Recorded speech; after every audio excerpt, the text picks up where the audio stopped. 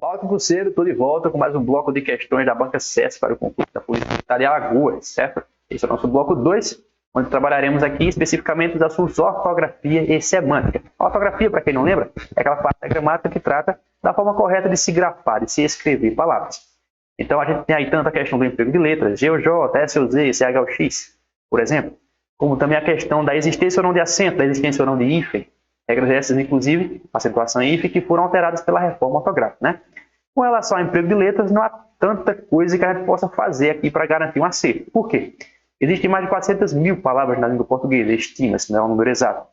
E a maioria delas se escreve daquela forma por tradução também, né? É o principal caso. Tradução, como assim? Vieram do latim ou do grego que se escreveu desse jeito, na hora de traduzir ficou desse. É isso. Então, conhece essa origem? Então, não vai dar para ter uma regra aqui. Eu vou falar isso e você domina. Cada palavra, cada caso é um caso. E teria que se conhecer esse início, essa origem aí, latina ou grega da palavra, enfim. No segundo grupo, se escreve daquela forma por convenções gramaticais, que é isso, reuniões entre gramáticos em que eles decidem. Essa forma ficou melhor, ficou mais bonita, se saiu bem, enfim, é isso. É apenas um pequeno grupo é que tem regra. Regras essas que são, inclusive, cheias de exceções. Então, assim, essas exceções não têm uma explicação. Né? Basicamente, a regra é essa, mas essas daqui não estão na regra porque sim, é isso. Então, não dá para você dominar o assunto inteiro assim. O que a gente faz, então? A melhor coisa que você pode fazer por você, que ainda não vai te garantir 100% no acerto, é ler. Basicamente, você tem que fazer isso nas outras disciplinas, por exemplo. Está lendo direito. Então, preste atenção nas palavras novas, as palavras desconhecidas, procura o significado, vê como se escreve, porque a gente aprende errado, porque ouve errado e lê errado. Assim, a gente tanto fala errado como escreve errado por ler, por ver, tá? E por ouvir as palavras de forma errada. Se você lê em lugares certos, em lugares que escrevem certo, como os livros, por exemplo, você vai aprender, mesmo que você não saiba a regra, vai aprender como escrevê-la e falar e pronunciá-la corretamente. Tranquilo? Essa é a melhor forma, digamos assim, de você conseguir aumentar o seu vocabulário para tentar acertar uma questão de ortografia. Já com relação ao emprego de acentuação e hífen, aí massa, aí é tranquilo, porque a acentuação só tem 7 regras. Dominou as 7, dominou o assunto inteiro.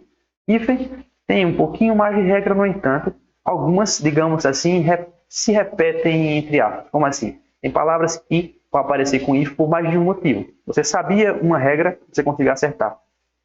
Outra pessoa sabia outra e não sabia que você sabia. Mas essa outra também serve para aquela palavra. Vai haver casos assim, em que uma mesma palavra tem hífen por mais de um motivo.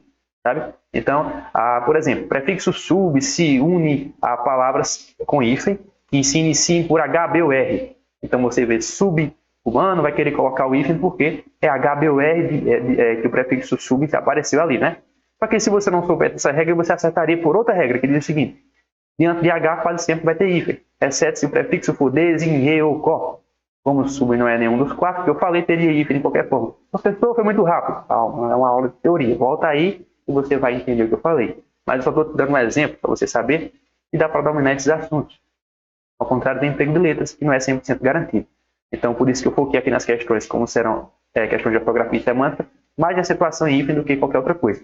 E, com relação à semântica, né, é a parte da gramática que vai além da ortografia, no sentido de que ela vai dizer o seguinte: existem palavras que têm mais de uma grafia correta, tem mais de uma ortografia. E você decide, você opta pelo uso de uma ou da outra, de acordo com o seu sentido, com o seu significado. A semântica estuda isso, sentido, significado de palavra. Então, tem palavras que têm mais de uma ortografia, como, por exemplo, mal com U e mal com L. Vai acerta? As duas. Porque cada uma tem um sentido, uma função e um significado diferente da outra. Beleza? Então, foco nisso daí, que é esse o tema desse bloco de questões. Bora lá para o slide. Questão número 6, dando sequência à aula anterior, fala assim: segundo preconiza o último acordo ortográfico, o vocábulo contrassensos é grafado conforme as mesmas regras de antissocial. Pessoal, contrassensos e antissocial. Contra mais sensos e anti mais social. Tem uma regra que a gente chama, eu particularmente chamo assim, né? Os opostos se atraem. Não existem letras opostas. Por exemplo, qual o contrário do A é o S? Não existe isso, certo? Mas os opostos aqui que eu falo é para lembrar essa frase que a gente costuma dizer, né? Que os opostos se atraem. Mas entenda o oposto aqui como diferente. Letras diferentes você junta. Os opostos se atraem. Então, os diferentes se unem. Mesma coisa aqui. O A é diferente do S, o I é diferente do S, você junta. Só que tem outra regra, uma regra fonética, né? Que fala o seguinte: o S entre duas vogais tem som de Z. Por que é que nessa palavra aqui você não lê caça, você lê casa, não é assim? Porque você tem aqui um S entre duas vogais, e um S entre duas vogais tem som de Z. Se eu só juntar aqui, esse S vai ficar entre as duas vogais, o I e o O. Se eu juntar aqui, esse S vai ficar entre o A e o E, duas vogais. Então vai ficar contrasensos, antisocial, e a reforma foi ortográfica e não fonética, então o som nunca poderá ser alterado. O que a gente faz? Os iguais se juntam ou não? Se juntam. Mas para manter o som original, eu vou fazer o quê? Dobrar os S's. Essa regra serve tanto para o S quanto para o R, né? Mas no caso aqui, está levando em consideração só o S, porque são essas palavras em questão nessa alternativa aí, nesse enunciado de questão. Então, contrassensos e antissocial se escrevem desse jeito pela mesma regra? Sim, que é basicamente o que disse aí o enunciado da questão, né? Assim? Então, ó, voltando para o slide.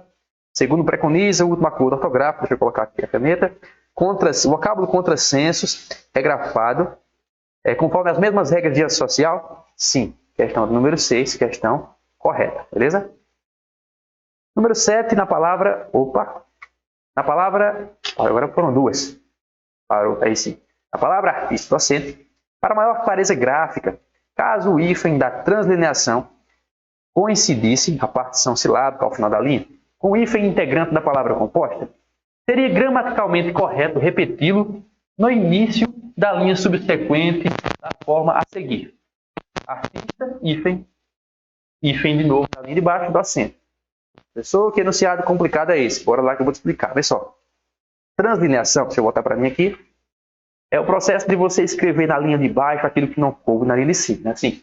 Então, por exemplo, isso aqui é a sua folha de redação. E você quer escrever a palavra, sei lá, língua, que está aqui em cima, certo? E aí você faz isso. Não cabe o resto. O que a gente faz?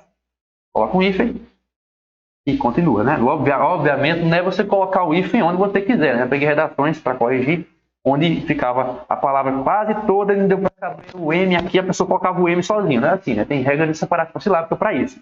Mas a questão é, você coloca o hífen para fazer esse processo de translineação, de colocar na linha de baixo aquilo que não coube na linha de cima, na hora de escrever determinada palavra. Só que a palavra artista docente, que é o exemplo em questão, já tinha o hífen. O que você faz? Artista...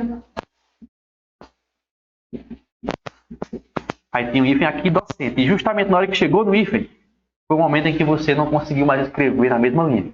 A questão sugeriu aí que quando isso acontece, seria gramaticalmente correto repeti-lo, repetir no caso o hífen, certo?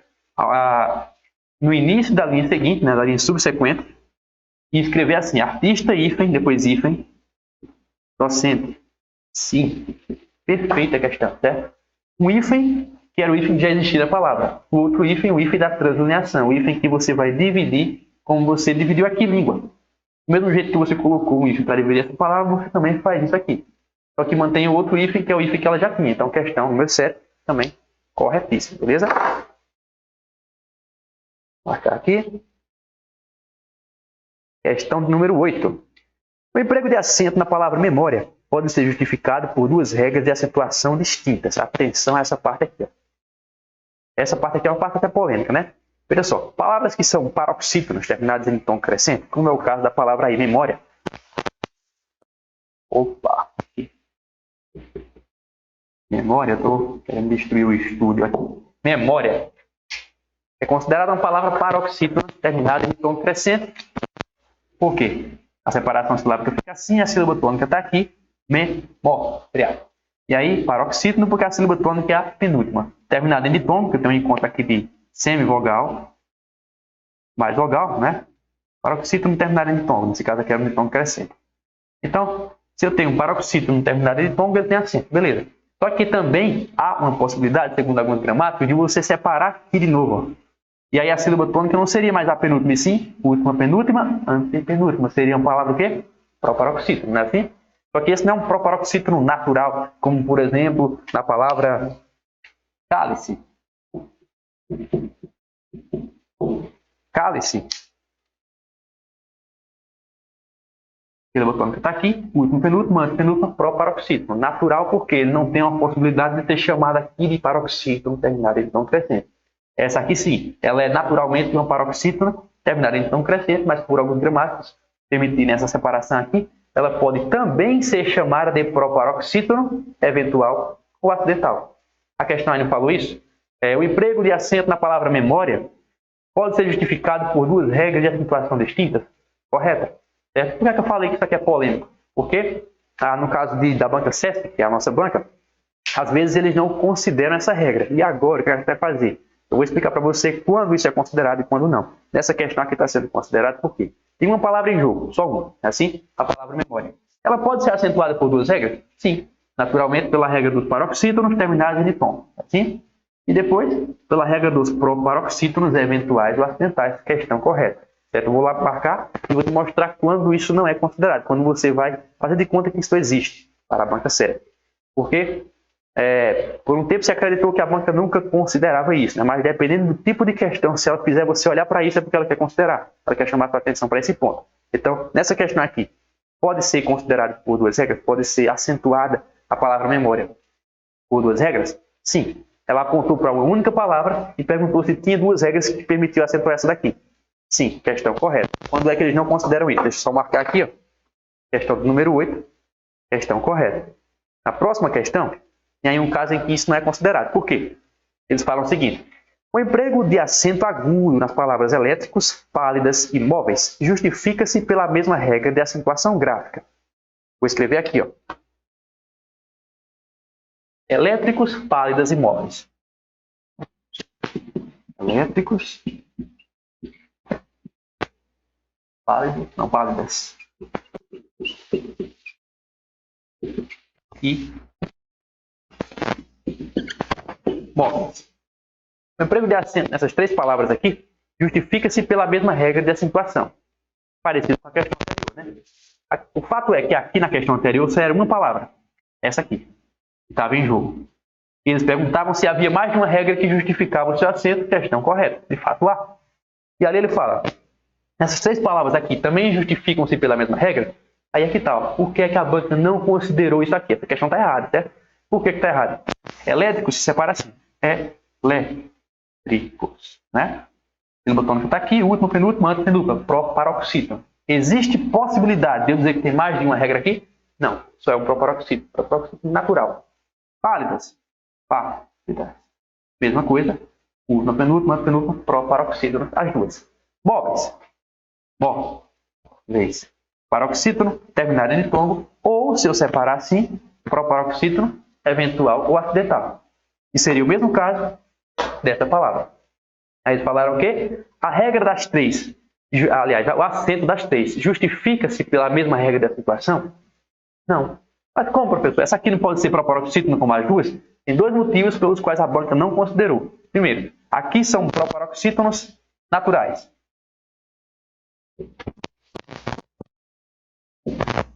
Aqui pode ser chamado de proparoxítono? Sim, seria um proparoxítono eventual ou acidental.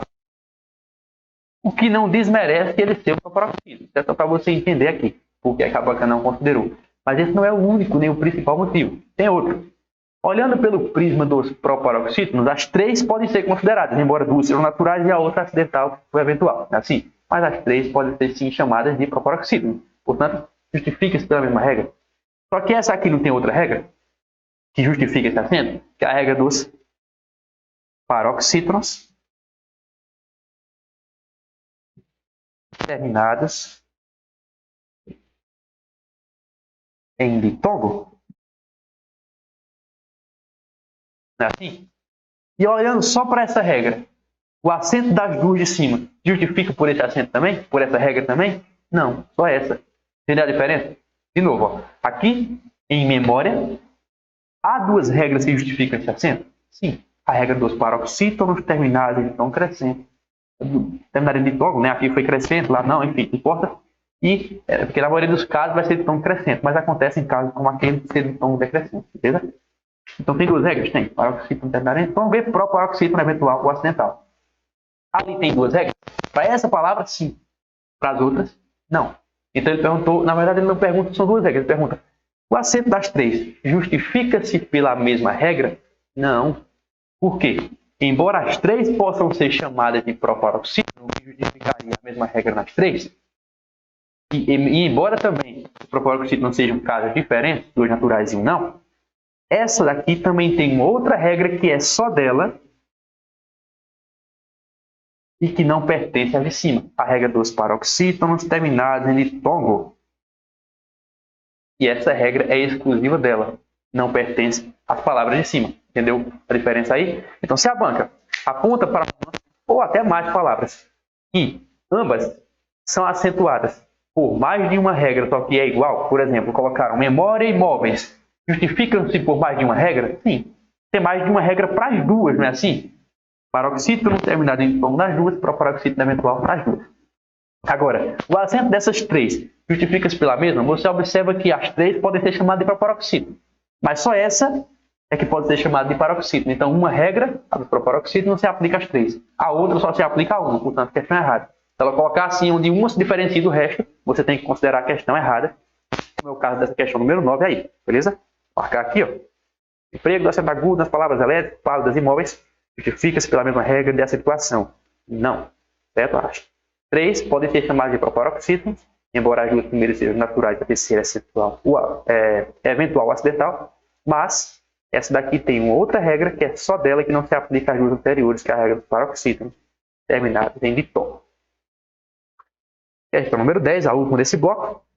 Questão de semântica que envolve aí o uso dos porquês, né? No trecho por que estava doente não veio, o termo em destaque apresenta erro gramatical, pois está empregado em início de frase interrogativa, devendo ser substituído por porquê. Esse caso aí eu vivo falando na sala o tempo todo, né? A gente aprendeu no colégio que esse porquê aqui, separado e sem acento, ele é usado para início de pergunta. Isso está completamente errado, certo? Por mais que, em boa parte dos casos em que esse porquê faça suas aparições, ele se mostre presente, seja separado com acento, isso não é uma regra, né? Não quer dizer que toda vez que for início de pergunta tem que ser esse porquê aqui de jeito nenhum. Cada um porquê tem um significado, tem uma função. E através desse significado você sabe qual empregar. No caso desse aqui, o porquê junto e sem acento, ele é uma conjunção que pode ter valor explicativo, causal, em raríssimos casos final, né? E aí, cada conjunção que ele poderá representar, ele pode ser substituído por outra equivalente. Outra equivalente, por exemplo, se ele for porquê que tem valor explicativo, você consegue trocá-lo por pois. Se ele for causal, você consegue trocá-lo por causa que. Se ele for final, você consegue trocá-lo por para quê. E como é que eu vou saber qual dos três? Você não precisa saber, é só trocar por um dos três. Se couber qualquer um dos três, tem que ser junto, sem acento. Se não couber, aí vai ser qualquer um dos outros três porquês, menos esse aqui. Só que aqui, se você observar, ele consegue sim ser trocado por uma dessas três opções que eu acabei de falar. E se você não decorou, volta a aula aí. Eu consigo falar aqui, ó. Por causa que estava doente, não veio? Não consigo falar isso? Vou colocar aqui assim. Por causa... Opa, fiz errado. Por causa que estava doente, não veio? Se eu conseguir riscar esse porquê e falar isso aqui de cima, isso significa que esse porquê de fato tem esse significado. Se tem esse significado, sim, vai ser junto e sem acento. Está correta a forma como ele foi empregado aqui. Eu não devo substituí-lo por esse porquê, que significa pelo qual, pela qual, pelos quais ou pelas quais, seguido ou não de motivo ou razão. Eu não consigo falar isso aqui em cima, eu não consigo substituir por um dos significados desse porquê nessa frase. Então não tem nada a ver porque está em início de frase interrogativa, isso não existe. Se você aprender assim, apaga isso da sua memória, está errado. Esse conceito é muito resumido falar que é só isso, que essa é a única função. Na maioria dos inícios de frase interrogativa vai ser esse porquê. Na maioria significa tudo? Não, então está errado. Certo? Aqui está correto da forma como está. Essa questão está errada em dizer que você tem que trocar esse porquê junto e sem acento por uso separado e sem acento por esse motivo aqui. Nem por esse, nem por nenhum outro motivo. Já está correto como está aqui. Aqui a gente aprendeu que esse porquê aí era para resposta. Deixa eu botar para mim aqui. Aprendemos que esse porquê era utilizado para resposta, né? E aí, primeiramente, se fosse para resposta, você só poderia usar se alguém lhe fizesse uma pergunta. Já começa errado por aí. Ele aparece às vezes em meras afirmações e que não houve sequer uma pergunta. Só que ele, por ser uma conjunção de valor explicativo, você consegue utilizá-lo quando há essa possível justificativa aí. Nessa pergunta existe isso. A pergunta fala assim, ó. Vou escrever aqui. Por que estava doente não veio? Pessoal. Por que estava doente não veio. Você entende que eu poderia perguntar assim, ó, por que não veio? E você responder isso aqui. Porque estava doente. É assim. Se eu perguntasse separadamente, por que não veio? Seria um porquê separado. Ah, porque aí se pergunta? Não. Porque significaria pelo qual motivo ou pela qual razão não veio. E aí, na hora de você me dar uma justificativa, você falaria, não vim porque estava doente, não vim pois estava doente, não vim por causa que estava doente. É assim? Só que na minha pergunta já há essa justificativa. Não importa se ela foi algum motivo real de você não ter vindo. Mas faz. Há uma possível justificativa já na minha pergunta. Então eu vou empregar o porquê que justifica. Porquê que é conjunção explicativa ou causal. Tem que pensar em tudo isso para responder? Não. Basta decorar um dos 3 significados que eu falei. Pois, por causa que, ou em raríssimos casos, para quê. Aqui eu consigo falar por causa que estava doente não veio. É assim? Então fica junto e sem acento, conforme foi colocado no enunciado da questão e não devendo ser trocado por nenhum outro porquê. Portanto, essa questão número 10 é uma questão errada, beleza? Fico por aqui nesse bloco e volto já já com mais um novo tópico da gramática, beleza? Até já, que abraço.